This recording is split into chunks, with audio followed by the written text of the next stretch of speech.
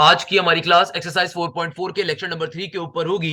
Lecture number 3 जो कि हम लोगों ने जिसके अंदर क्वेश्चन नंबर 8 को डिस्कस करना है, 9 को डिस्कस करना है, 10 को, 11 को और 12 को। तो क्वेश्चन नंबर 8 से लेके क्वेश्चन नंबर 10 तक के जो क्वेश्चंस हैं, यानी कि क्वेश्चन नंबर 8 हो गया, क्वेश्चन नंबर 9 हो गया, क्वेश्चन नंबर 10 हो गया, इनको आप समझ ही नहीं सकते जब तक कि आपको इनका कॉन्सेप्ट नहीं मालूम होगा। और ये कॉन्सेप्ट कहलाता है numbers in form of AP and GP का एक छोटा सा कॉन्सेप्ट। असल में जब आपकी किताब को बनाया जा रहा था, तो जो बनाने वाले थे वो इंतहाई कोई बेवकूफ की का काम उन्होंने किया कि उन्होंने एक अलग टॉपिक को एक ऐसी एक्सरसाइज में डाल दिया जो कि इस टॉपिक से, इस एक्सरसाइज से इतनी ऐसे लिंक नहीं करती थी। द पॉइंट इज दैट कि मेरे प्यारे शागिर्दों, ये एक अलग कॉन्सेप्ट है। पहले आपको एक कॉन्सेप्ट समझना पड़ेगा। जब आपको कॉन्सेप्ट समझ में आ जाएगा, फिर आप इसके क्वेश्चंस को इजीली सॉल्व कर सकते हो। तो भाई, numbers in form of AP या जीपी के हमारे पास कुछ फॉर्मूलाज होते हैं कि कभी भी एग्जामिनर आपसे कहते हैं कि भाई एपी के अंदर नंबर है, जीपी के अंदर नंबर है, तो इसके कुछ सर्टेन हमारे पास क्या होते हैं, इसके कुछ सर्टेन हमारे पास फॉर्मूलाज होते हैं। अब देखो, लेट सपोज एग्जामिनर आपसे कह रहा है कि क्या है भैया, हमारे पास सिंपल तरीके से तीन नंबर्स की बात कर दी जाए। सबसे पहले तो एक चीज अपने जहन में रखिएगा, इसमें कोई मुश्किल कॉन्सेप्ट नहीं है, बहुत आसान सी चीज है। आपको एग्जामिनर क्वेश्चन में बताएगा कि भाई एपी में 3 नंबर है, 4 नंबर है, 5 नंबर है, 2 नंबर है, ये एग्जामिनर आपको बताएगा। तो आपने उनकी जर्नल एग्जाम्पल या उनकी जर्नल फॉर्मूला अपने जहन में रखना है कि लेट सपोज अगर एग्जामिनर आपसे कहता है कि एपी में 3 नंबर्स है, तो आपके जहन में फौरन से 3 नंबर आ जाने चाहिए कि भाई कभी भी एपी में अगर 3 नंबर्स का जिक्र किया जाता है तो 3 नंबर्स कौन कौन से होते हैं, ए माइनस डी कॉमा ए कॉमा ए प्लस डी। ये जर्नल रिप्रेजेंटेशन है 3 नंबर्स ऑफ एपी की, ये आपको याद होनी चाहिए। कभी एग्जामिनर कह दे कि 5 नंबर्स हैं एपी के अंदर, तो 5 नंबर्स ऑफ एपी की जर्नल रिप्रेजेंटेशन क्या होगी, ए माइनस टू डी, ए माइनस डी कॉमा ए प्लस डी, ए प्लस टू डी। गिन के देख लो, 5 नंबर्स ही बनेंगे। सही है ना। और इसको थोड़ा सा अगर मैं और लॉजिकल वे में आसान करके बता दूं कि बेटा ये बीच वाली वैल्यू जो होगी ऑड, अगर ऑड नंबर है जैसे 3 हो गया या 5 हो गया, ऑड नंबर है, तो बीच में ए होगा। जो वैल्यू इसी तरफ है पॉजिटिव के अंदर, वही वैल्यू इस तरफ नेगेटिव में होती है कि अगर बीच में पॉजिटिव ए आ रहा है तो इस तरफ ए प्लस डी, ए प्लस टू डी है, तो इधर ए माइनस डी, ए प्लस ए माइनस टू डी होगा। सिमिलर वैल्यू होती है बट पॉजिटिव नेगेटिव के साइन के साथ। 3 नंबर्स इन एपी की खास बात क्या होगी, बीच में अगर ए आ रहा है तो इधर ए प्लस डी होगा, इधर ए माइनस डी होगा। 2 नंबर्स इन एपी की खास बात क्या होगी, इधर ए प्लस डी है, इधर ए माइनस डी है। 4 नंबर्स इन एपी की खास बात क्या होगी, 4 नंबर्स अगर एपी में आ रहे हैं तो भाई कौन कौन से 4 नंबर्स होंगे, ए माइनस थ्री डी, ए माइनस डी, ए प्लस डी, ए प्लस थ्री डी। तो आपको ये जर्नल फॉर्मूलाज इनके मालूम होने चाहिए। ये आप इसको लिख लिख के भी प्रैक्टिस कर सकते हो कि अपने जहन में बस इतनी सी बात रखिएगा कि भाई अगर ऑड नंबर है तो आपके पास सिंपलीफाई कर, आप कैसे कर रहे हो, उसकी क्या जनरल रिप्रेजेंटेशन है, आपको अपने जहन में रखनी है कि 3 नंबर्स के लिए फॉर्मूला क्या होगा। अगर 3 नंबर्स इन एपी गिवन है तो ए माइनस डी, ए प्लस डी होगा। 5 नंबर्स के लिए क्या होगा, ये होगा भैया 5 नंबर। 2 नंबर्स के लिए क्या होगा, ये होगा। 4 नंबर्स के लिए क्या होगा, ये होगा। खाली आपको ये चीज अपने जहन में रखनी है। ये बुनियादी बात है, इसमें कोई रॉकेट साइंस नहीं है, कोई न्यूटन की मैथ्स नहीं है, बेसिक चीज है। खाली आपको फॉर्मूला अपने जहन में बिठाने हैं। अब जरा क्वेश्चन को देखिएगा। क्वेश्चन नंबर 8 आपसे क्या कहता है, देखो बहुत सिंपल सी चीज है, मजे की चीज है, आपको मजा आएगा इंशाल्लाह।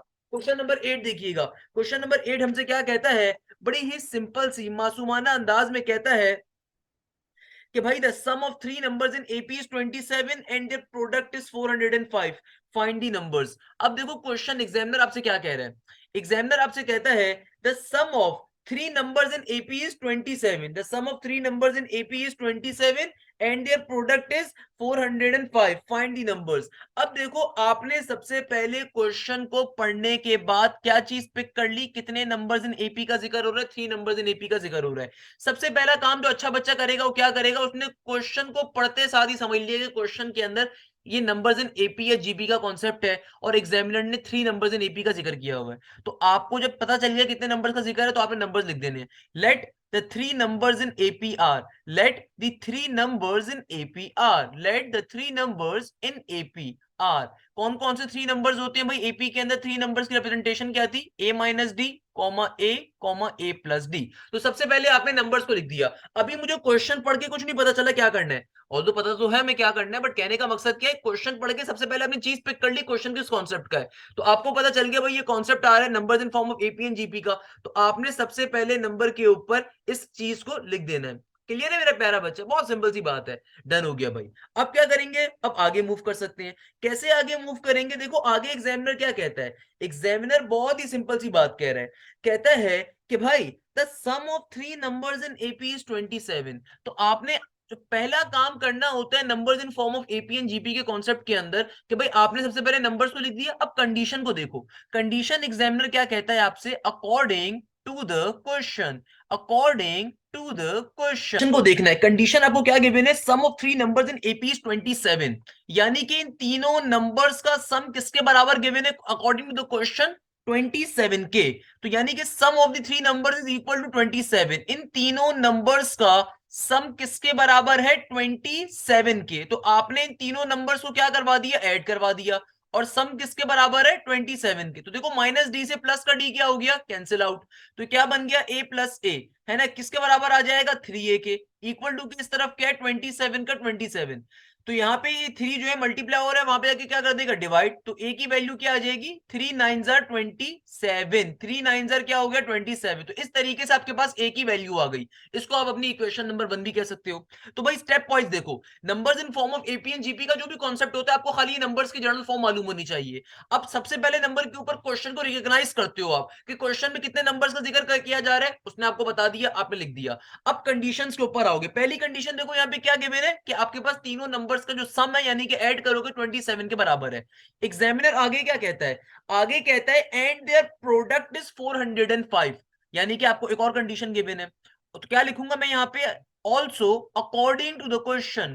तो एक और कंडीशन क्या गिवन है, एक और कंडीशन क्या गिवन है मेरा प्यारा बच्चा, एग्जामिनर कह रहा है एंड देयर प्रोडक्ट इज 405, यानी कि इन तीनों नंबर्स का जो प्रोडक्ट है, इन तीनों नंबर्स का जो प्रोडक्ट है, प्रोडक्ट के मायने मल्टीप्लाई, प्रोडक्ट के मायने मल्टीप्लाई, किसके बराबर है, 405 के, 405 के। तो आपने सिंपली तीनों नंबर्स को क्या करवा दिया, मल्टीप्लाई करवा दिया। अब इसको सिंप्लीफाई कैसे करोगे, दो तरीके।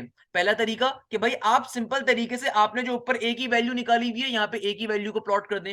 भाई हमें मालूम है कि ए की वैल्यू किसके बराबर है, 9 की, क्योंकि ऊपर हम फाइंड कर चुके हैं ना। तो यहाँ पे जहां जहां ए आ रहा है वहां पे 9 पुट कर दीजिए। तो क्या बन जाएगा, 9 माइनस का डी इंटू 9 इंटू 9 प्लस का डी इक्वल टू के बाद 405। देखो ये 9 यहाँ पे मल्टीप्लाई हो रहा है, वहां पे आके क्या हो जाएगा, डिवाइड। तो क्या बन गया, 9 माइनस का डी इंटू 9 प्लस का डी इक्वल टू के बाद 405 डिवाइडेड बाय 9। 405 डिवाइडेड बाय 9 किसके बराबर होगा, बेसिक मैथ्स क्या होगा भैया, 405 डिवाइडेड बाय 9, सिंपल तरीके से 9 4 9 आपके पास 36 और बाकी कैरी 45, क्या हो जाएगा भैया 45, क्या हो जाएगा मेरा प्यारा बच्चा 45। क्लियर है भाई, ओके। और यहां पे क्या बचा, 9 माइनस का डी इंटू 9 प्लस का डी इक्वल टू के बाद 45 का 45। अगर गलती से आपने बेसिक मैथ्स दूसरी तीसरी क्लास की पढ़ी हुई हो तो हमें इस बात का आइडिया है कि भाई ए प्लस डी इंटू ए माइनस डी, ए प्लस डी इंटू ए माइनस डी किसके बराबर होता है, ए स्क्वायर माइनस के डी स्क्वायर के, है ना भाई। ये बात हम सबको मालूम होगी कि ए प्लस बी इंटू ए माइनस बी किसके बराबर होता है, ए स्क्वायर माइनस बी स्क्वायर के। तो इधर आप फॉर्मूला एक्सपेंड करवा के क्लोज कर सकते हो। तो क्या बन जाएगा, ये हमारे पास देखो सिंपल तरीके से ये a minus b into a plus b क्या बन जाएगा, 9 का स्क्वायर माइनस का डी स्क्वायर इक्वल टू के बाद 45 का 45। 9 का स्क्वायर क्या होता है भाई, 9 का स्क्वायर होता है 81, माइनस के डी स्क्वायर को दूसरी तरफ सेंड कर दो, प्लस का 45 इस तरफ आएगा तो माइनस का 45 बन जाएगा। माइनस का डी स्क्वायर जब दूसरी तरफ जाएगा तो प्लस के डी स्क्वायर में जाएगा। आपने क्या करना है, 81 माइनस का 45, तो 81 में से अगर 45 को माइनस कर दो तो क्या बचेगा, 36 बचना चाहिए। इक्वल टू के इस तरफ क्या है, डी स्क्वायर का डी स्क्वायर। आपको डी की वैल्यू चाहिए, डी की वैल्यू कैसे निकालेंगे, सिंपल तरीके से डी की वैल्यू निकालने के लिए दोनों तरफ अंडर रूट लोगे। अंडर रूट लेने के ऊपर मेजॉरिटी बच्चे क्या बोलेंगे, सर सिर्फ प्लस का 6 आंसर आएगा। नहीं मेरा बेटा, जब कभी हम अंडर रूट लेते हैं ना मेरा प्यारा बच्चा, जब कभी आप अंडर रूट लेते हो तो अंडर रूट लेने के ऊपर हमेशा आपको दो आंसर्स मिलते हैं, ऑलवेज रिमेंबर दिस थिंग। एक आंसर मिलता है पॉजिटिव में, एक आंसर किसमें मिलता है, नेगेटिव में। तो यहाँ पे हमारे पास फाइनली डी की दो वैल्यूज आई हैं, एक आया है पॉजिटिव का 6 और एक आया है नेगेटिव का 6। ये मैथ्स का बेसिक कॉन्सेप्ट है, आई होप बचपन में पढ़ा होगा। अगर नहीं पढ़ा तो मुझसे सुन लीजिए कि भाई कभी भी आप किसी भी सिंपल टर्म के ऊपर जब कभी आप स्क्वायर रूट लेते हो तो स्क्वायर रूट लेने पे हमेशा हमारे पास दो आंसर्स आते हैं, एक आंसर आता है पॉजिटिव में, एक आंसर आता है नेगेटिव में। इस तरीके से फाइनली हम लोगों ने ए और डी की वैल्यू को फाइंड कर लिया। अब देखो आगे एग्जामिनर ने आखिरी में मांगा हुआ क्या था, हमसे कहा जा रहा है हमें फाइनली नंबर्स की वैल्यूज को बताना है। तो देखो यहां तक का काम बहुत सिंपल है, आपने सिंपल ए और डी निकाल लिया, अब नंबर्स को बताना है। तो नंबर्स कैसे बताओगे, now for the numbers, now for the numbers, now for the numbers. तो देखो हमने नंबर्स, 3 नंबर्स इन एपी की जनरल फॉर्म पर लिखी हुई है। क्या होती है भाई 3 numbers in form of AP, a minus d, a और ए प्लस डी। तो अब जो ए और डी की वैल्यूज आई है उनको बारी बारी इसमें पुट करके नंबर्स निकाल लेंगे अपने। तो देखो हमारे पास ए की वैल्यू है 9 और एक दफा डी की वैल्यू क्या है पॉजिटिव का 6। तो पुटिंग पुटिंग एक दफा ए की वैल्यू 9 पुट करेंगे और डी की वैल्यू 6। तो आइए देखते हैं नंबर्स क्या बन जाएंगे। ए की वैल्यू 9 माइनस डी की वैल्यू 6। ए की वैल्यू ए के अंदर ए की वैल्यू 9 और ए के अंदर ए की वैल्यू 9 और डी के अंदर वैल्यू 6। तो क्या बन गया 9 में से 6 गए 3, 9 का 9 और 9 प्लस 6, 9 प्लस 6 क्या होता है भाई जाहिर सी बात है 15 होता है। तो एक सीरीज तो ये आ गई। इसी तरीके से अब की बारी के अंदर डी की वैल्यू नेगेटिव वाली भी लेंगे ना मेरा बेटा, डी की वैल्यू नेगेटिव में भी आई है क्योंकि। तो ए की वैल्यू 9 और डी की वैल्यू किस में आई है एक दफा नेगेटिव का 6। अगेन इस सीरीज में पुट करोगे क्या बन जाएगा भैया 9 का 9 ए माइनस का साइन इसका और डी की वैल्यू अब की बारी में क्या है माइनस का 6। तो नंबर्स को खाली हमने प्लॉट करना है ताकि नंबर आ सके। ए की वैल्यू क्या है 9, ए की वैल्यू 9 प्लस का साइन डी की वैल्यू क्या है माइनस का 6। तो क्या बन गया भाई 9 माइनस माइनस प्लस, तो 9 प्लस 6 ऑब्वियसली 15 हो जाएगा। 9 का 9 एज इट इज, तो 9 माइनस 6 क्या हो जाएगा 3 हो जाएगा।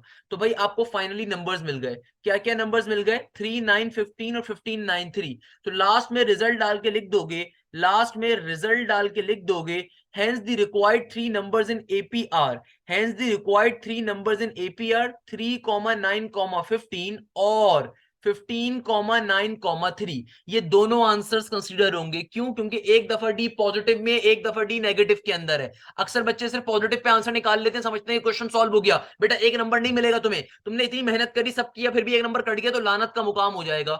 क्यों? क्योंकि भाई दोनों आंसर्स है ना, डी की वैल्यू पॉजिटिव 6 भी है नेगेटिव 6 भी, दोनों आंसर्स आपके कंसीडर होंगे। क्लियर है मेरा प्यारा बच्चा? सिंपल सी बात है भाई।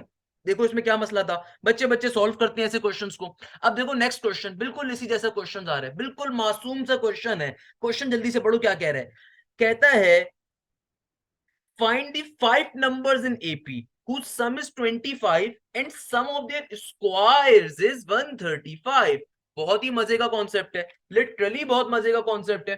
क्या कह रहा है भैया, आपको क्या फाइंड करना है, आपको फाइंड करना है बहुत ही मासूम से कॉन्सेप्ट को। और मासूम सा कॉन्सेप्ट क्या है कि भाई find the five numbers in AP whose sum is 25 and the sum of whose square is आपके पास सिंपली किसके बराबर है भैया।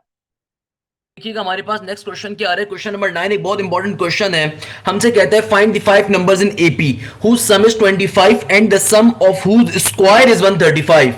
बड़े एक मजे का क्वेश्चन है। कहता है find the five numbers in AP. देखो सबसे पहले हमें पता चल जाए कितने नंबर्स की बात हो रही है। सबसे पहले नंबर के ऊपर क्या लिखेंगे, let the five numbers in AP are, let the five numbers in AP are, let the five numbers in AP are. कौन कौन से फाइव नंबर्स हैं, आपने सिंपली इनको यहां पे प्लॉट कर देना है। ए माइनस टू डी, ए माइनस डी, कॉमा ए प्लस डी, कॉमा ए प्लस टू डी। तो सबसे पहले नंबर के ऊपर आपको खाली इन नंबर्स की, मैंने जैसे आपको कहा कि आपको खाली इनकी जर्नल फॉर्म मालूम होनी चाहिए कि भाई अगर फाइव नंबर्स इन एपी का जिक्र है तो आपने फौरन अपने दिमाग में आपको याद होने चाहिए कि फाइव नंबर्स इन एपी क्या होते हैं। तो आपने जहन में से निकाल के फौरन से फाइव नंबर्स इन एपी को लिख देना है। लिख दिया, इसके बाद अब बाकी कहानी बड़ी आसान है। आगे देखो एग्जामिनर क्या कह रहा है, आगे आपको कंडीशंस गिवन है। कहता है कि भाई whose sum is 25, whose sum is 25 and the sum of whose square is 135। कोई मसले की बात नहीं है। देखो क्वेश्चन में पहली कंडीशन गिवन है, क्या लिखोगे, according to the question, according to the question. Examiner क्या कहता है कि भाई आपके पास सिंपली नंबर्स का सम किसके बराबर है, सम बराबर है नंबर्स का 25 के। यानी कि इन पांचों नंबर्स का सम, इन पांचों सम के मायने ऐड करवा देना। इन पांचों नंबर्स का सम किसके बराबर है, सिंपली 25 के। सिंपली किसके बराबर है 25 के। तो आपने सिंपली इन पांचों नंबर्स को अगर आपस में ऐड करवा दिया तो इनका सम 25 के बराबर है। तो क्या हो जाएगा, ए ए ए ए ए क्या बन गया, कितने ए आ रहे हैं 5 एज हैं। और कितने डीज आ रहे हैं, देखो नेगेटिव के 2d से प्लस का 2d कट जाएगा, माइनस डी से प्लस का डी कट जाएगा, सारे डीज तो वैसे ही कट गए। इक्वल टू के बाद 25 का 25, तो ए की वैल्यू क्या आ जाएगी आपके पास, ए की वैल्यू आ जाएगी 5 5 25। तो ए की वैल्यू क्या आ जाएगी हमारे पास, सिंपली 5 के बराबर। ए की वैल्यू हमारे पास किसके बराबर आ जाएगी, सिंपली 5 के बराबर। इस तरीके से हमें फाइनली क्या मिल जाएगा, ए की वैल्यू मिल जाएगी। इस तरीके से हमें क्या मिल जाएगी मेरा बेटा, ए की वैल्यू नसीब हो जाएगी, मिल जाएगी। अब क्या करना है, अब देखो एग्जामिनर आगे हमसे क्या कहता है, आगे हमसे एग्जामिनर कह रहा है and the sum of whose square is 135। Examiner आगे हमसे कहता है कि भाई हमारे पास ये जितने भी नंबर्स हैं इनके सम ऑफ स्क्वायर्स, यानी कि इनके स्क्वायर्स का सम बराबर है 135 के। तो नेक्स्ट कंडीशन बड़ी इंपॉर्टेंट है, बड़ी मजे की है कि now according to the question, now according to the question sum of square is equal to 135, यानी कि सम किसका, सम स्क्वायर्स का, इन नंबर्स के स्क्वायर्स का जो सम है वो बराबर है 135 के। यानी कि इन पांचों नंबर्स का अगर आप पहले स्क्वायरिंग उन पे करें तो a माइनस टू डी पे भी स्क्वायर जैसे आपने कर दिया प्लस का साइन, फिर a माइनस के डी पे भी आपने स्क्वायर कर दिया फिर प्लस का साइन, फिर a पे भी स्क्वायर कर दिया, फिर a प्लस डी पे भी स्क्वायर कर दिया, फिर a प्लस टू डी पे भी आपने स्क्वायर कर दिया। इन सबका स्क्वायर कर दिया और इक्वल टू के बाद क्या होगा, 135 होगा। इक्वल टू के बाद क्या होगा मेरा प्यारा बच्चा, 135 होगा। तो आपने इस तरीके से इसको सिंप्लीफाई करना है। अब कैसे इसको सिंप्लीफाई करेंगे, बहुत सिंपल है अगेन। कैसे कि भाई देखो इसको आप ओपन करवा दो, कैसे ओपन करवाओगे, देखो a माइनस टू डी के स्क्वायर का मतलब क्या है, आपको यहाँ पे फॉर्मूला ओपन करोगे तो a माइनस टू डी का स्क्वायर क्या बन जाएगा, ए स्क्वायर, ए माइनस बी का होल स्क्वायर का फॉर्मूला, तो क्या बन जाएगा, ए स्क्वायर माइनस का 4d प्लस का 4d स्क्वायर। अच्छा 4ad बन जाएगा क्योंकि जाहिर सी बात है ना, a का स्क्वायर माइनस का 2ab होता है फिर प्लस का b स्क्वायर, तो क्या बन गया, a स्क्वायर माइनस का 4ad प्लस 4d स्क्वायर। इसी तरीके से a माइनस डी के होल स्क्वायर का फॉर्मूला ओपन करोगे तो यहाँ पे क्या बन जाएगा, a स्क्वायर माइनस का 2d प्लस का डी स्क्वायर, सिंपल तरीके से। इसी तरीके से प्लस का ए स्क्वायर एज इट इज, और ए प्लस डी का होल स्क्वायर क्या हो जाएगा, ए प्लस बी का होल स्क्वायर, ए स्क्वायर प्लस का 2ab प्लस का बी स्क्वायर।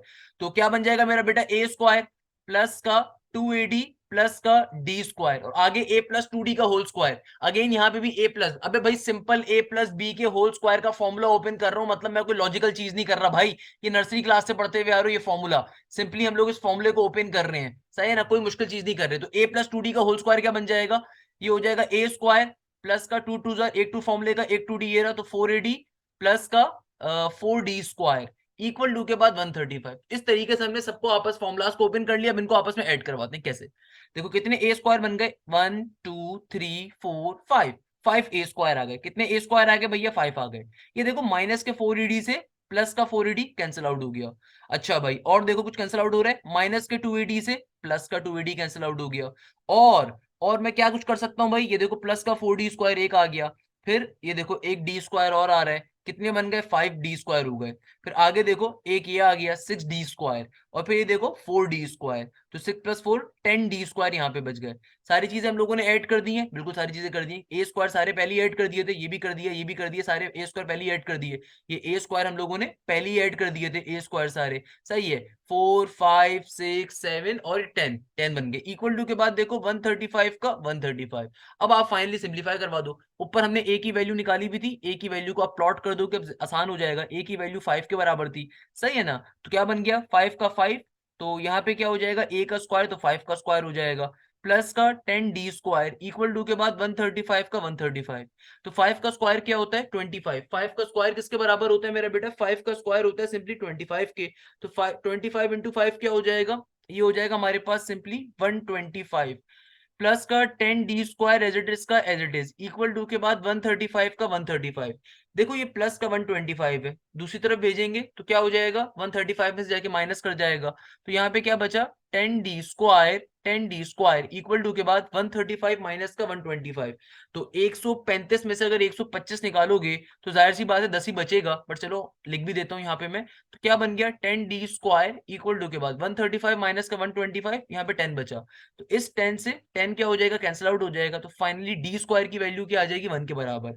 हमें किसकी वैल्यू चाहिए होगी, डी की वैल्यू। डी की वैल्यू निकालने के लिए क्या करेंगे, अंडर रूट लेंगे दोनों तरफ। तो जाहिर सी बात है इधर डी स्क्वायर के ऊपर भी under root squaring under root लोगे, और इस 1 के ऊपर भी अंडर रूट लोगे। हमेशा याद रखिएगा क्या मैंने बताया आपको, कभी भी आप अंडर रूट लेते हैं स्क्वायर रूट लेने के ऊपर, और स्क्वायर को रिमूव करवाने के जब स्क्वायर रूट लेते हैं, तो हमेशा जो भी आपके पास दूसरी तरफ वैल्यू होती है वो दो आंसर आपको देती है, एक पॉजिटिव में एक नेगेटिव में। Always remember this concept. तो आपके पास डी की एक वैल्यू कैसे आई, पॉजिटिव का 1, और डी की दूसरी वैल्यू क्या होगी, नेगेटिव का 1। तो इस तरीके से आपको डी की वैल्यूज भी मिल गई। अब आप फाइनली क्वेश्चन सिंप्लीफाई कर लो। आगे आपको निकालना क्या, नंबर्स फाइंड करने, नंबर्स आप इजीली फाइंड कर लोगे। नाउ फॉर द नंबर्स, आप यहाँ पे लिख भी सकते हो, now for the numbers, now for the numbers, now for the numbers. तो भाई नंबर्स के लिए कैसे फाइंड आउट करेंगे मेरा प्यारा बेटा? बहुत ही आसान सा कॉन्सेप्ट है। अगर नंबर्स हमें फाइंड करने हैं तो भाई नंबर्स कौन कौन से थे हमारे पास?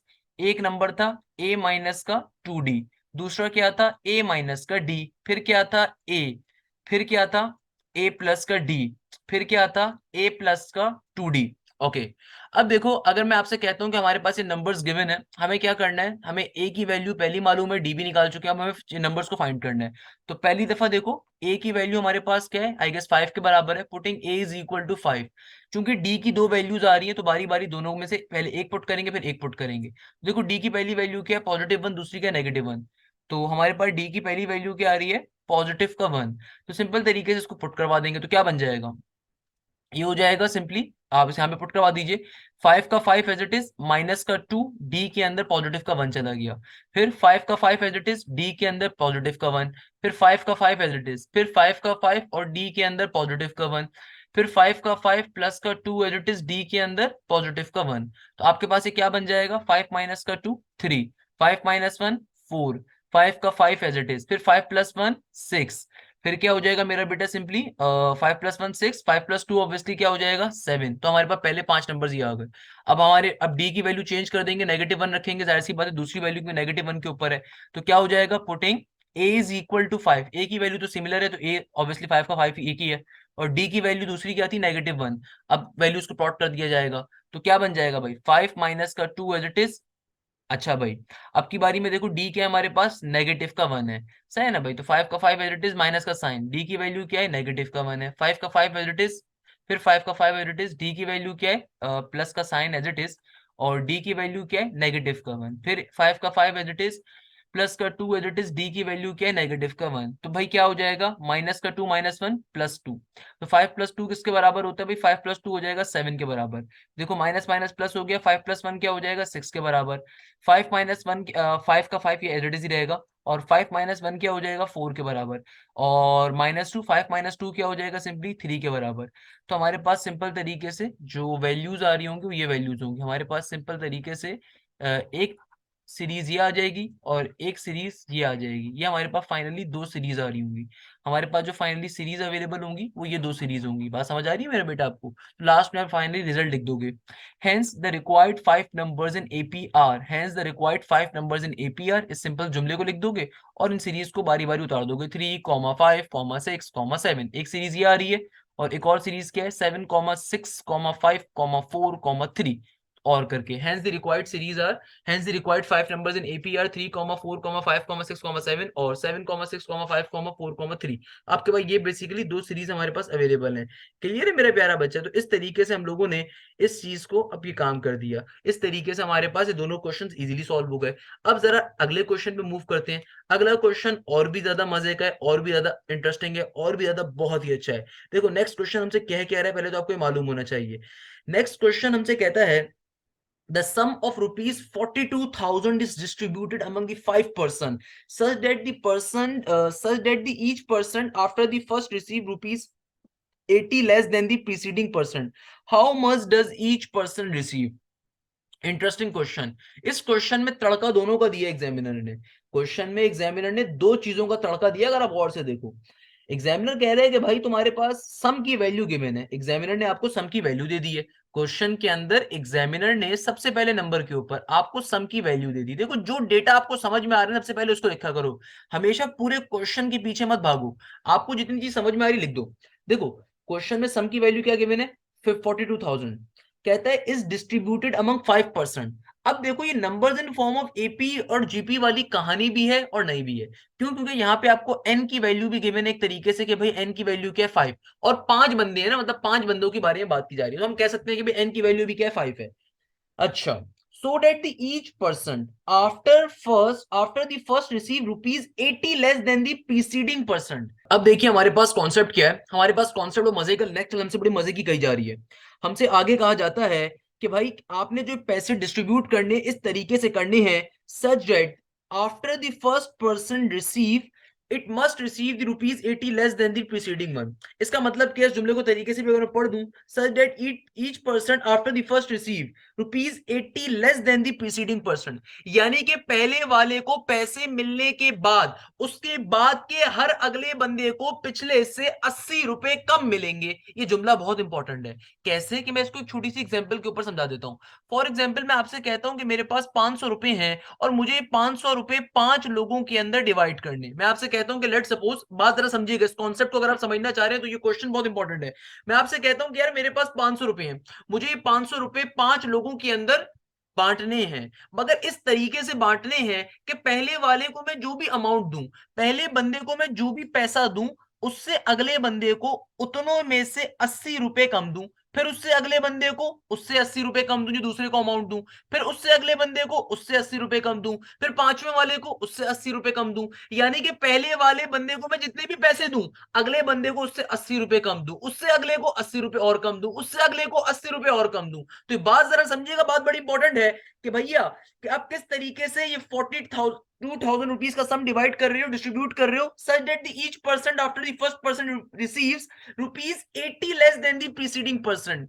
तो भाई ये आपको बेसिकली कॉमन डिफरेंस गिवन है, और ये कॉमन डिफरेंस किस में गिवन होगा, -80 के ऊपर, क्योंकि ये सीक्वेंस आपका बैकवर्ड डायरेक्शन के ऊपर चल रहा है कि पहले बंदे को जो पैसे मिले अगले बंदे को उससे 80 रुपए कम मिलने हैं, उससे अगले बंदे को उससे 80 रुपए कम मिलने हैं, उससे अगले बंदे को 80 रुपए कम मिलने हैं। तो ये 5 बंदों का जो सीक्वेंस है उसमें थ्रू आउट द सीक्वेंस जो कॉमन डिफरेंस है वो 80 रुपए का रहेगा नेगेटिव के। क्यों? क्योंकि भैया सेकंड वाले बंदे को पहले बंदे से 80 रुपए कम मिलेंगे।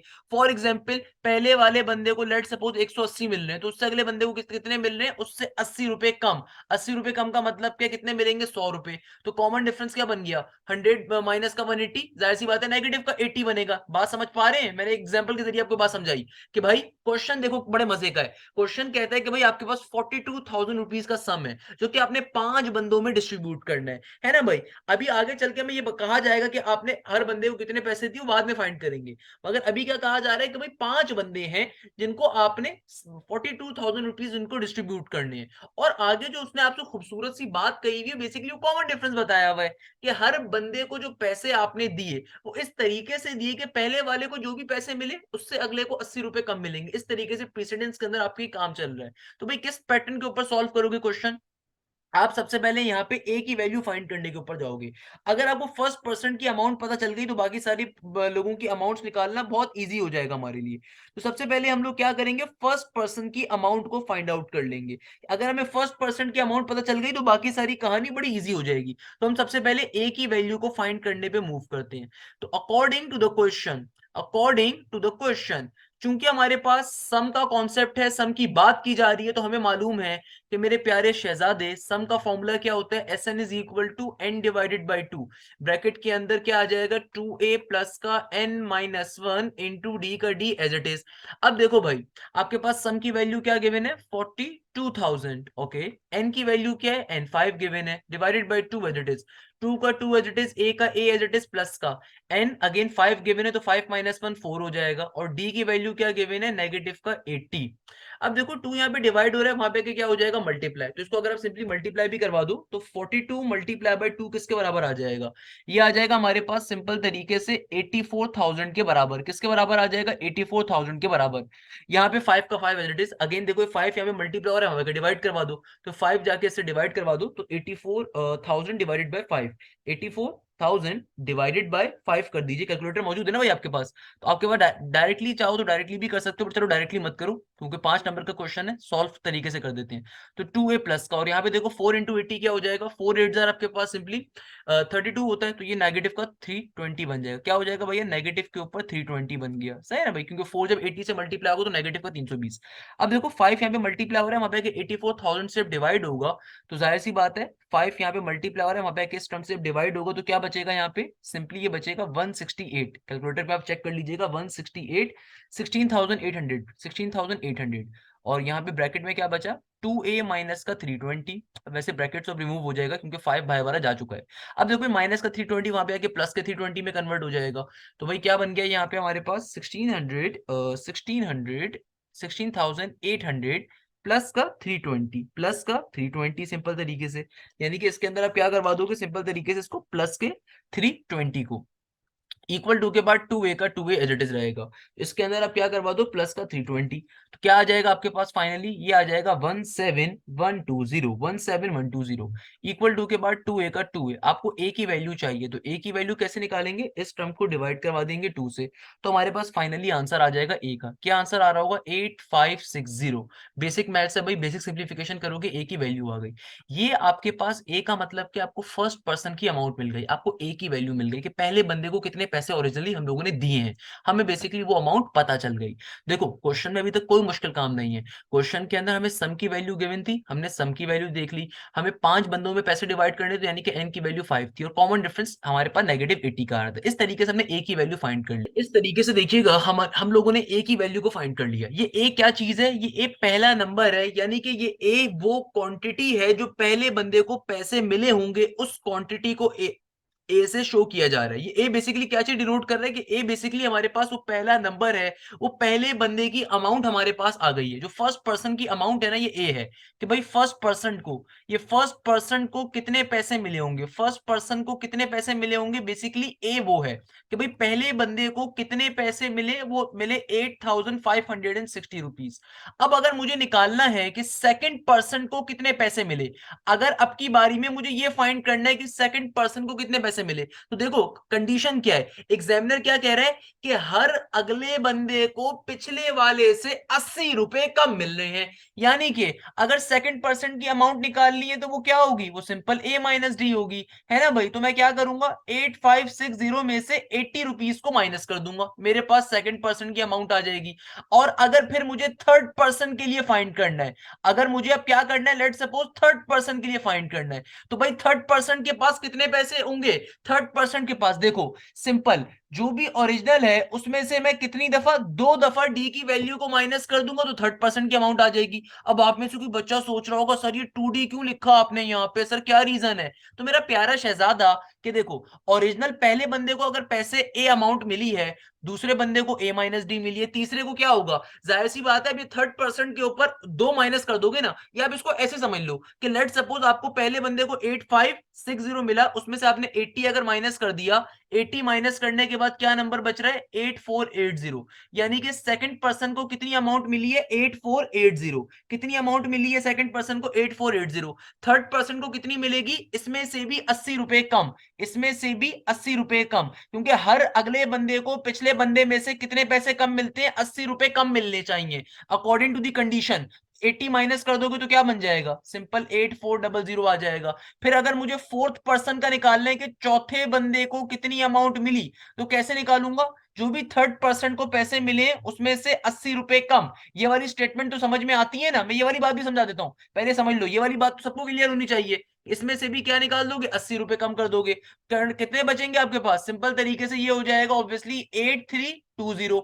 अब अगर पांचवें बंदे का निकालना है कि फिफ्थ पर्सन को कितने पैसे मिले, तो भैया फिफ्थ पर्सन का कैसे निकालोगे मेरा बेटा, बहुत ही आसान है कि भाई आपके पास जो फिफ्थ पर्सन की अमाउंट है उसमें से 80 रुपए माइनस कर दोगे, तो क्या हो जाएगी मेरा बेटा, सिंपल तरीके से 8240। तो ये वो कंडीशन है जो कंडीशन पे हमें खेलना है। अब ये स्टेटमेंट जो मैं यहाँ पे लिख रहा था इसके मायने क्या है, इसको भी समझ लो अगर समझना चाह रहे हो, कि देखो पहले बंदे की अगर अमाउंट ए है तो दूसरे की क्या होगी, ए माइनस डी, तीसरे की क्या होगी, 2D की वैल्यूज को निकाल दोगे तो ए माइनस 2D, चौथे की क्या होगी, ए माइनस का 3D, पांचवें की क्या होगी, ए माइनस का 4D, यानी कि ये भाई ओरिजिनल में से आप इतनी 80 की वैल्यूज अगर आप निकाल दोगे तो पांचवें की अमाउंट आ जाएगी, खाली इस बात को शो कर रहा है और इसका कोई और मकसद नहीं है। तो मैंने दोनों तरीकों से आपको समझा दिया कि भाई इससे समझना चाहो इससे समझ लो, नहीं तो वैल्यू से जरिए समझना चाहो वैल्यू से जरिए समझ लो। ओरिजिनल क्वेश्चन बहुत ही मजे का कि भाई आपको सम की वैल्यू गिवन थी, आपसे कहा जा रहा है 5 बंदों में पैसे डिवाइड हो रहे हैं और आपको जो कंडीशन गिवन है वो कंडीशन क्या गिवन है कि भाई पहले बंदे को जितने भी पैसे मिले उससे अगले बंदे को और आने वाले जितने भी बंदे होंगे उनको 80-80 रुपए हर को कम मिलेंगे। तो ये कंडीशन थी हमारी कि भाई पहले बंदे को आपने जितने भी पैसे डिस्ट्रीब्यूट करने थे कर दिए, अब जो उससे अगला बंदा होगा हर नेक्स्ट बंदे को पिछले वाले से 80 रुपए कम मिलने चाहिए। तो ये कंडीशन थी हमारे पास क्वेश्चन की, भाई इस कंडीशन में क्वेश्चन को सॉल्व करना था। मुझे बताओ मेरा बेटा इसमें क्या प्रॉब्लम की बात थी, बच्चे बच्चे सॉल्व करते हैं इस क्वेश्चन को और यहीं पे हमारे पास ये पर्टिकुलर क्वेश्चन खत्म हो गया। भाई क्या प्रॉब्लम थी इसके अंदर, देखो कितना मजे का क्वेश्चन था। क्वेश्चन नंबर 11 के ऊपर मूव करेंगे जल्दी से। Question number 8, question number 9, question number 10, I hope कि सबको समझ में आ गया होगा। अब फाइनली हम लोग क्वेश्चन नंबर 11 पे मूव कर रहे हैं। क्वेश्चन नंबर 11 बड़े मजे का क्वेश्चन है। कहता है कि भैया well digging company charges rupees 1250 for the first metre, rupees 1500 for the second and 1750 for the third metre and so on. What is the depth of a well that cost rupees 50,000? भाई बहुत simple सा question है, बहुत ही मजे का question है, थोड़ा सा कॉन्सेप्चुअल है। अगर आप कॉन्सेप्चुअली बात को समझना चाहेंगे तो बिल्कुल कॉन्सेप्चुअल क्वेश्चन है भाई, कॉन्सेप्चुअल क्वेश्चन है। एग्जामिनर क्या कह रहा है, देखो आपके घर के ऊपर कभी बोरिंग हुई हो, या वो बच्चे जो नॉर्मल जिन्होंने देखा हो बोरिंग कैसे होती है, बोरिंग में क्या होता है कि भाई वो अंकल आके मशीन लगाते हैं, है ना भाई, पहले छोटा बोर करते हैं, फिर और नीचे जाते हैं, डिग करते हैं ग्राउंड को, इस तरीके से जा रहे हैं। तो वैसे एक बात कह रहा है कि भैया वेल डिगिंग कंपनी, यानी कि वो बोरिंग वाली कहानी चल रही है कि भाई एक कंपनी जो है ना वो आपकी वेल खोद रही है। वेल का मतलब कुआं होता है, इससे पानी निकलता है ना, तो जो बोर वाला काम होता है बेसिकली हम घरों के बाहर कुएं खोदते हैं छोटे छोटे, यानी कि उसको कुआं ही कह सकते हो एक तरीके से कि आप जमीन से पानी निकाल रहे हो। उसमें आपको पता है करते क्या है कि भाई पहले 60 फीट का बोर है सर, 70 फीट का कर लें सर, 115 फीट का कर लें। इसका मतलब क्या है, इसका मतलब ये कि आप इतनी गहराई के अंदर जमीन में जा रहे होते हो। तो मुझे एक बात बताओ, 115 फीट का जो बोर होगा क्या उसमें 70 फीट इंक्लूड होगा? बिल्कुल इंक्लूड होगा, क्योंकि जाहिर सी बात है 115 और नीचे 70 ऊपर है, इसी तरीके से 60 उससे ऊपर है। यानी कि आप जमीन को, ये ग्राउंड लेयर है जमीन की, उससे नीचे आप इसको खोदना स्टार्ट कर रहे होते हो। क्या कर रहे होते हो? खोदना स्टार्ट कर रहे होते हो, ताकि आपको जितना नीचे जाते जाते हैं उतना मीठा पानी हमें मिलता है। नॉर्मल सी बात है ना मेरे प्यारे बच्चों। अब यही एग्जाम्पल यहाँ पे दी हुई है। अब देखो अगर मैं आपके सामने इसका डेटा थोड़ा सा बना दूं, तो हमें बेसिकली फाइंड क्या करना है, हमें डेप्थ ऑफ द वेल को फाइंड करना है। एग्जामिनर क्या कह रहा है, well digging company charges rupees 1250 for the first metre. Okay, तो यानी कि पहले मीटर के चार्जेस कितने हैं? अगर मैं इसको तरीके से, जो डेटा आपको गिवन है, डेटा को पहले आप देख लो। तो भाई देखो आपको चार्जेस जो गिवन है, charges for first metre, charges of first metre, यानी कि पहला मीटर खोदने के चार्जेस उसने आपको बता दिए कि भाई कितने हैं। 1 मीटर खोदने के चार्जेस हैं उसके 1250। ओके, फिर चार्जेस ऑफ सेकंड मीटर कितना बताए हुए उसने, 1500 रुपए हैं। यानी कि सेकंड मीटर खोदने के चार्जेस कितने हैं मेरा प्यारा बच्चा, 1500 मीटर है, इसको भी लिख दिया मैंने। और फिर charges of digging the third metre, third metre खोदने के कितने चार्जेस है मेरा बेटा, ये उसने गिवन है 1750।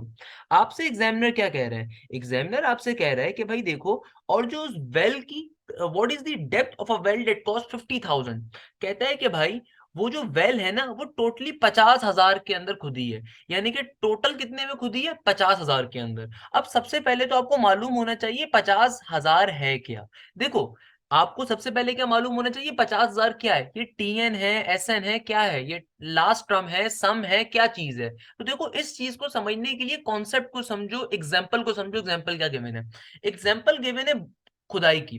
अब देखो जितना नीचे आप जाते जाओगे तो जाहिर सी बात है पुरानी चीजें उतनी उसमें उसमें क्या हो रही है, ऐड हो रही होंगी। जाहिर सी बात है अगर मैं कहता हूँ कि यार मैं अपने घर के बाहर 120 फीट की बोरिंग करवाता हूँ, तो जाहिर सी बात है पहले पहला फीट की खुदाई हुई होगी, फिर दूसरे की, फिर तीसरे की, फिर चौथे की, फिर पांचवें की, फिर छठे की, फिर आठवें की। नॉर्मल सी बात है ना, अगर मैं डिगिंग करना स्टार्ट करता हूँ तो पहले 1 फीट की गड्ढा खोदूंगा, फिर 2 फीट का खोदूंगा, फिर 3 फीट का, और ऐसे करते करते लेट सपोज मैं 120 फीट का खोद देता हूँ या 140 फीट का खोद देता हूँ। तो ये 140 फीट का जो गड्ढा खोदेगा, इसके अंदर की तमाम फिट्स ऐड हो रहे हैं बेटा, क्या हो रहे हैं, ऐड हो रहे हैं। तो आपको पता चल जाना चाहिए क्वेश्चन किस चीज का है। किस चीज का क्वेश्चन है भैया, सम का क्वेश्चन है। इस तरीके से हमें क्या हो गया, पता चल गया भैया क्वेश्चन किस चीज का आ रहा है, सम का क्वेश्चन आ रहा है। जब हमें ये बात पता चल गई तो अब हमारे लिए कॉन्सेप्ट को समझना बहुत ज्यादा जरूरी हो गया। किस तरीके से, कि भाई मुझे पता चल गया कि ये जो 50,000 गिवन है ये एसएन की वैल्यू गिवन है, और हमें फाइंड क्या करना है, हमें डेप्थ फाइंड करनी है। हमें क्या फाइंड करनी है मेरा बेटा, डेप्थ ऑफ वेल को फाइंड करना है, यानी कि कितना गहरा खुदा है, हमें उस चीज को फाइंड करना है। उसको हम लोगों ने एन कह दिया। हमें मालूम है कि फॉर्मूला क्या होता है, क्या लिखेंगे भैया, एज वी नो डेट आपके पास सिंपल तरीके से फॉर्मूला क्या होता है, S N is equal to N divided by 2 into 2a plus का n-1 इंटू डी। सही है ना भाई। अब देखो आपको एग्जामिनर ने डेटा गिवन है, अगर आप इस डेटा से देखो तो आपको यहाँ पे ए की वैल्यू क्या गिवन है, फर्स्ट मीटर के चार्जेस कितने गिवन थे, 1250। और कॉमन डिफरेंस, अगर ये सीक्वेंस एपी का है तो कॉमन डिफरेंस सेम आएगा भैया। आइए चेक कर लीजिए। अगर आप 1500 में से अगर आप 1500 में से 1250 को माइनस करते हैं तो क्या आंसर आएगा भैया, जाहिर सी बात है 250 आएगा, 250 के अराउंड आएगा। और अगर आप 1750 में से 1500 करते हैं तब भी 250 आएगा। इसका मतलब कॉमन डिफरेंस सिमिलर है। हमें निकालना क्या है, हमें निकालना है एन की वैल्यू को। सिंपल तरीके से क्वेश्चन में चीजों को पुट कर दें तो एस एन क्या गिवन है, मुझे सम गिवन है भैया 50,000, 50,000। क्या गिवन है भैया, 50,000। इक्वल टू के बाद n divided by 2 as it is, 2 का 2 एज इट इज। a की वैल्यू क्या है, फर्स्ट टर्म इज 1250 प्लस का n-1 इंटू डी। डी क्या है मेरा बेटा, 250 के बराबर है। डी किसके बराबर है भैया, 250 के बराबर है। सिंप्लीफाई कैसे करोगे, 2 यहाँ पे डिवाइड हो रहा है, वहां पे आके मल्टीप्लाई हो जाएगा, तो 0 0 0 5 2 10 हो गया।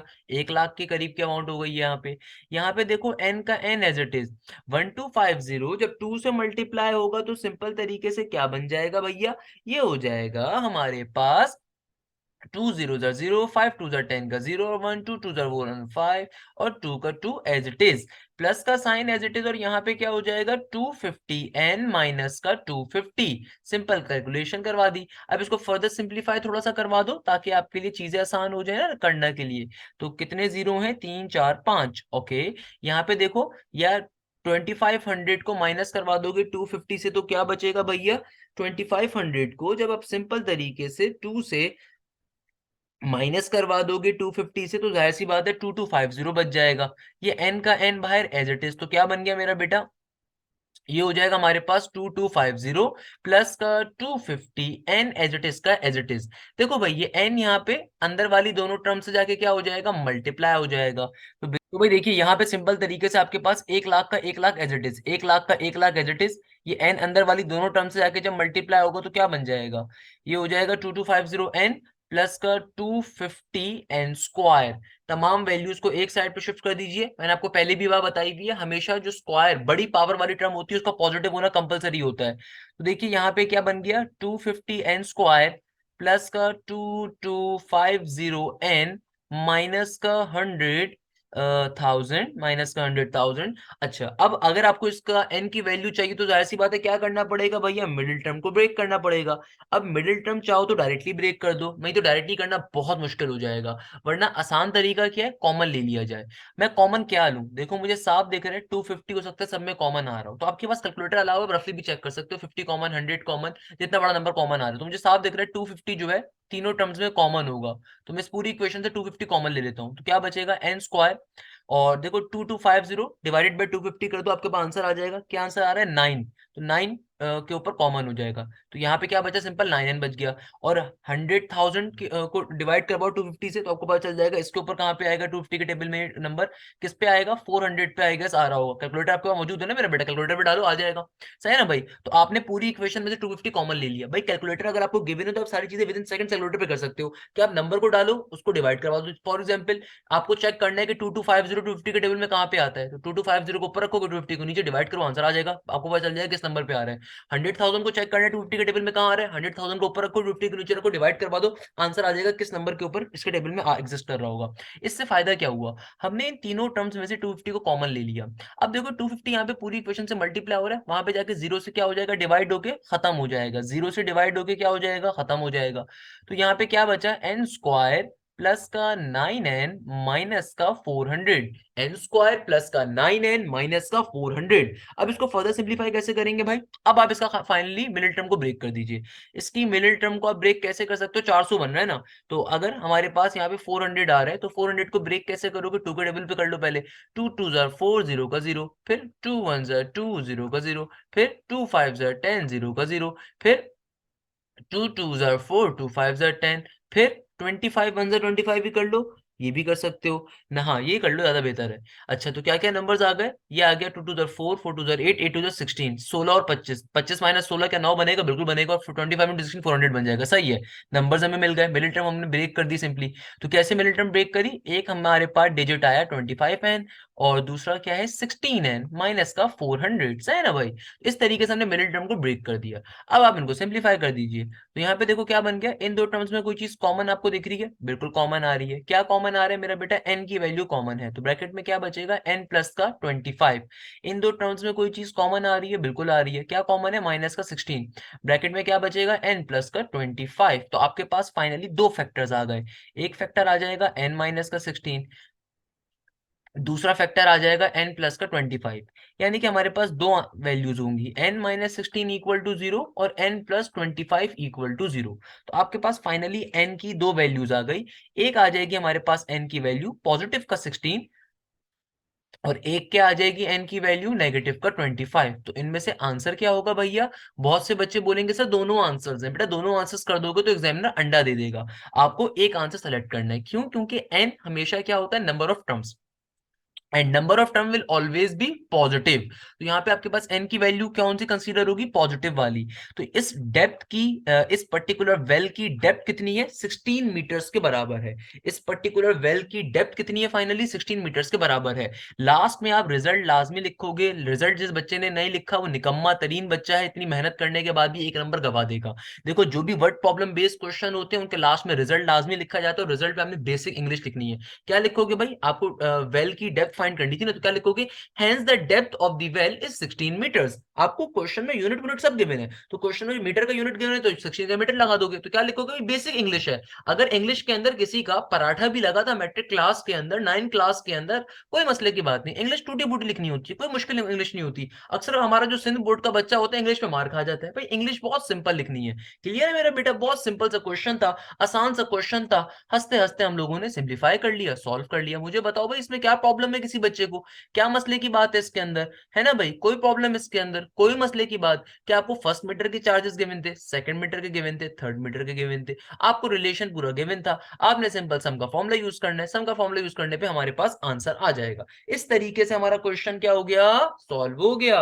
अब देखो हमारे पास नेक्स्ट क्वेश्चन आ रहा है भाई, नेक्स्ट क्वेश्चन और इंपॉर्टेंट है और बहुत मजे का क्वेश्चन है।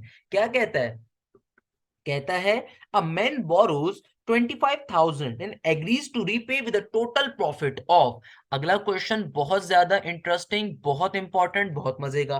कहता है a man borrows 25,000 and agrees to repay with total profit of ₹10,000 in 10 instalments, each instalment being less than the preceding by ₹200। What should be his first instalment. सूद का काम है वैसे तो, बट चलो फिर भी समझ लेंगे, मसले की बात नहीं, किताब का क्वेश्चन है, हमने ये नहीं कहना कि नहीं भाई समझना नहीं है, बट प्रॉब्लम मजे का है। कहते हैं भाई एक बंदा है, उस मासूम से बंदे ने कितने पैसे बोरो किए। देखो हमेशा क्वेश्चन को आसान लफ्जों में पढ़ा करो। अ मैन बोरोज, बोरो का मतलब उस बंदे ने किसी बंदे दूसरे बंदे से बैंक से उधार लिया है। बोरो का मतलब उधार। अ मैन बोरोज ₹25,000, यानी कि उस बंदे ने कितने पैसे लिए हैं, 25,000 रुपए लिए हैं। कितने पैसे लिए, 25,000 रुपए। और उस बंदे ने आगे कंडीशन ली है कि भाई जब बंदा कोई उधार लेता है ना, जो बैंक वगैरह होते हैं सूद लेते हैं, सही है मेरा प्यारा बेटा। तो उसने क्या कहा कि भाई कि वो जो पैसे रीपे करेगा ना, वो इंटरेस्ट के साथ रीपे करेगा, टोटल प्रॉफिट, प्रॉफिट या इंटरेस्ट एक ही चीज होती है, कि agrees to repay with total profit of ₹10,000। और कितने प्रॉफिट पे वापस करेगा वो पैसे, टोटल प्रॉफिट ऑफ 10,000, यानी कि वो 10,000 रुपए ऊपर देगा। क्या मतलब है भाई, 25,000 रुपए उसने रकम ली थी उधार, और उसके ऊपर यानी कि उसके अलावा जब वो वापस कर रहा होगा, ये 25,000 के अलावा 10,000 रुपए और एक्स्ट्रा देगा। ये सूद कहलाता है वैसे तो, बट अगेन क्वेश्चन बड़े मजे का है कि भाई एक बंदे ने 25,000 रुपए बोरो किए, और फिर उसने ये वादा किया कि ये 25,000 रुपए वो टोटल प्रॉफिट ऑफ 10,000 रुपीज के साथ वापस करेगा। मगर साथ में उसने एक कंडीशन भी रखी, इन 10 इंस्टॉलमेंट्स, यानी कि इंस्टॉलमेंट्स यानी कि वो 10-10 की इंस्टॉलमेंट्स में देगा। इंस्टॉलमेंट का मतलब क्या होता है कि भाई देखो, लेट सपोज मैं आपसे कहता हूं कि भाई मुझे आपसे 100 रुपए चाहिए। आप कहते हो सर बिल्कुल ले लें आप 100 रुपए, मगर आप वापस कब करेंगे? मैं कहता हूँ कि बेटा देखो, मैं तुम्हें जो है ना रोज के 10 रुपए वापस करूंगा। रोज के 10 रुपए का मतलब क्या है कि मैं तुम्हें 10 दिन में तुम्हारे 100 रुपए वापस लौटाऊंगा। तो इंस्टॉलमेंट ये होती है कि भाई वक्फे वक्फे से पैसे वापस करना, सही है ना मेरा बेटा? तो उस वो बंदा क्या कह रहा है कि वो इंस्टॉलमेंट कितनी रखेगा? इंस्टॉलमेंट रखेगा वो 10 की, यानी कि 10 इंस्टॉलमेंट में वो पैसे वापस करेगा। और एग्जामिनर आगे क्या कह रहा है? आगे कहता है preceding each installment being less than the preceding by ₹200, यानी कि हर जो अगली इंस्टॉलमेंट होगी वो कम होगी पिछली से 200 रुपए की। ये बात बड़ी इंपॉर्टेंट है, इसको मार्क कर लीजिएगा।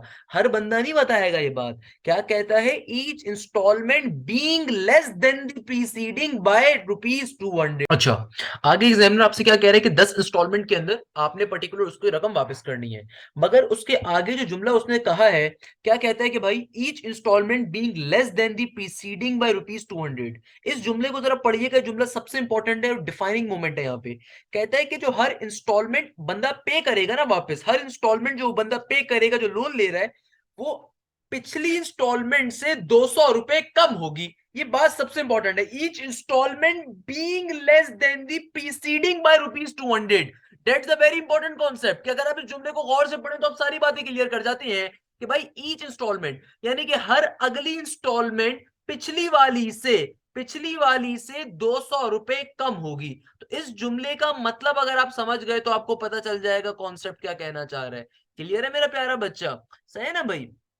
तो प्रीसीडिंग यानी कि यहाँ पे एग्जामिनर ने आपको कॉमन डिफरेंस की वैल्यू दी हुई है कि भाई एक इंस्टॉलमेंट से दूसरी इंस्टॉलमेंट के दरमियान का डिफरेंस कितना है? 200 का। और ये नेगेटिव साइन क्या शो करता है कि भाई नेगेटिव साइन ये शो कर रहा है कि भाई चूंकि हर अगली इंस्टॉलमेंट पिछली वाली से 200 रुपए कम है, तो उस नेगेटिव साइन उस चीज को शो कर रहा है। ये बात जरा गौर से समझिएगा।